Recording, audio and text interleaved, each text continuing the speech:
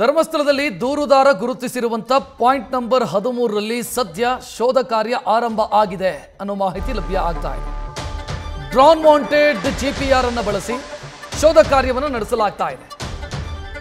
13ನೇ point ನಲ್ಲಿ ದೊಡ್ಡ ಸಂಖ್ಯೆಯಲ್ಲಿ ಶವಗಳನ್ನು ಹೂತಿಟ್ಟಿದ್ದಾಗಿ ದೂರುದಾರ ಹೇಳಿಕೊಂಡಿದ್ದ. ಸೊ ಆ 13ನೇ ಪಾಯಿಂಟ್ ಅಲ್ಲಿ ಸದ್ಯ ಶೋಧ ಕಾರ್ಯ ನಡೀತಾ ಇದೆ. ಡ್ರೋನ್ ನ ಮೇಲೆ ಮಳೆ ನೀರು ಬೀಳದಂತೆ ಪ್ಲಾಸ್ಟಿಕ್ ನಿಂದ ಕವರ್ ಹಾಕಿ ಕಾರ್ಯಾಚರಣೆಯನ್ನು ನಡೆಸಲಾಗ್ತಾ ಇದೆ. ಜಿಪಿಆರ್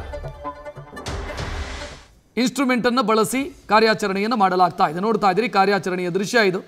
13ನೇ ನಂಬರ್ನ ಲೈವ್ ದೃಶ್ಯಗಳಿದನ್ನು ನೀವು ಈಗ ನೋಡ್ತಾ ಇರೋದು. 13ನೇ ನಂಬರು ಪಾಯಿಂಟ್ ನಂಬರ್ 13. ಆತ ಮೊದಲ ಹಂತದಲ್ಲಿ ಗುರುತಿಸಿರುವಂಥ ಕೊನೆಯ ಪಾಯಿಂಟ್ ಇದು. ರಸ್ತೆಯ ಪಕ್ಕದಲ್ಲೇ ಇರುವಂಥ ಪಾಯಿಂಟು. ಇಲ್ಲಿ ಕಾರ್ಯಾಚರಣೆ ಮಾಡೋದಕ್ಕೆ ಹಲವು ಸಮಸ್ಯೆಗಳಿತ್ತು. ಒಂದು ಮೆಸ್ಕಾಮ್ನ ಲೈನ್ ಹಾದು ಹೋಗಿತ್ತು, ಅದನ್ನು ಕ್ಲಿಯರ್ ಮಾಡಿಕೊಟ್ಟಿದ್ದಾರೆ. ಅದಾದ ನಂತರ ಇಲ್ಲಿ ಜಿಪಿಆರ್ ಬಳಸಬೇಕು ಅನ್ನುವಂಥ ಯೋಚನೆಯಾಗಿತ್ತು. ಮೀಟಿಂಗ್ಗಳನ್ನು ಮಾಡಿ ಜಿಪಿಆರ್ ಅನ್ನು ಬಳಸಲಾಗ್ತಾ ಇದೆ. ಡ್ರೋನ್ ಮೌಂಟೆಡ್ ಜಿಪಿಆರ್ ಅನ್ನು ಬಳಸಿ ಸದ್ಯ ಕಾರ್ಯಾಚರಣೆಯನ್ನು ಮಾಡಲಾಗ್ತಾ ಇದೆ.